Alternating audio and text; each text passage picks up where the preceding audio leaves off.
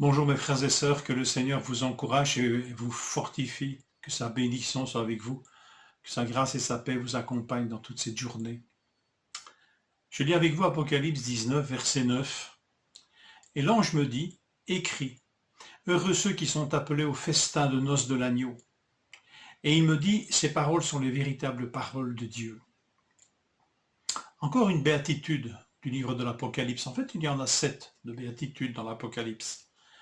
Ici, cette béatitude, c'est heureux ceux qui sont appelés au festin de noces de l'agneau. Cette béatitude me fait penser personnellement à un cri entendu lors d'un repas que Jésus prit. Un cri qui venait d'un des convives à table avec Jésus. Luc 14, 15.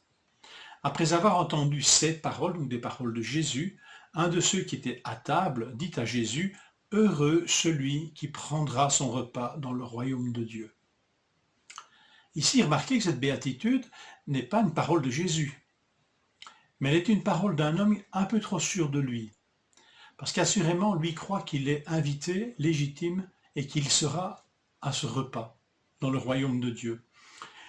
Et la parabole que Jésus donne à la suite, je pense, tempère un peu les prétentions de ce monsieur. La béatitude que nous trouvons dans l'Apocalypse est une parole de grâce et pas une parole pour les prétentieux. Dans le chapitre 14 de Luc, Jésus nous tient des propos de table, de festin. Ce jour-là, il a révélé beaucoup de choses autour de cette table.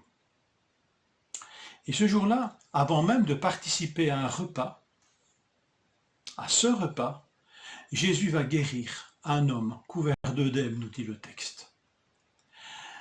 Lui est le seul à observer cet homme malade et il va le guérir. Aux noces de l'agneau, il n'y aura que des malades guéris par sa compassion. Il remarqua ensuite l'attitude de tous les convives qui se disputaient les meilleures places. Et il nous dit, tous ceux qui s'élèvent seront abaissés, et tous ceux qui s'abaissent seront élevés. Aux noces de Jésus, il n'y aura que des abaissés, des humbles. Ensuite, et encore, Jésus dit au maître de n'inviter que des gens qui ne pourront lui rendre l'appareil. Il dit cela au verset 14. Apparemment, il y a une joie dans l'invitation gratuite en sachant que les gens ne pourront pas rendre l'appareil. Aux noces de Jésus, celle dont on parle dans l'Apocalypse, il n'y aura que des graciés qui ne pourront rendre l'appareil à leur Sauveur. Il dit encore une parabole pour répondre à celui qui se comptait parmi les heureux invités au banquet du royaume de Dieu.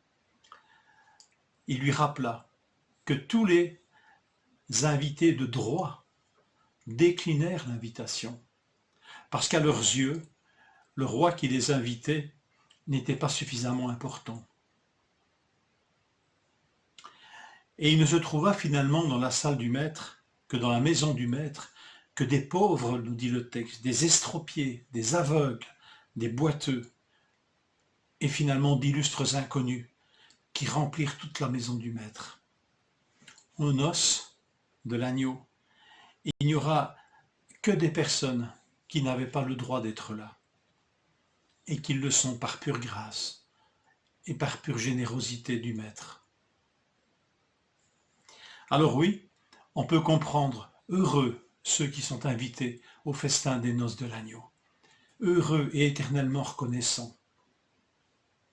Ils auront la beauté de la grâce, ces invités, et leur habit de fin lin leur sera donné par leur Sauveur. Apocalypse 18, verset 8. Il lui a été donné à l'épouse, ce que nous sommes tous collectivement, il lui a été donné de se vêtir de fin lin, éclatant et pur. Et le fin lin, ce sont les œuvres justes des saints, sous-entendu, accomplies par la puissance de sa grâce. Heureux ceux qui sont invités au festin des noces de l'agneau. Je vous souhaite une bonne journée. vous puissiez vous réjouir de ce que vous y êtes invités, vous qui n'y aviez pas droit. Noces surprenantes, n'est-ce pas? Bonne journée.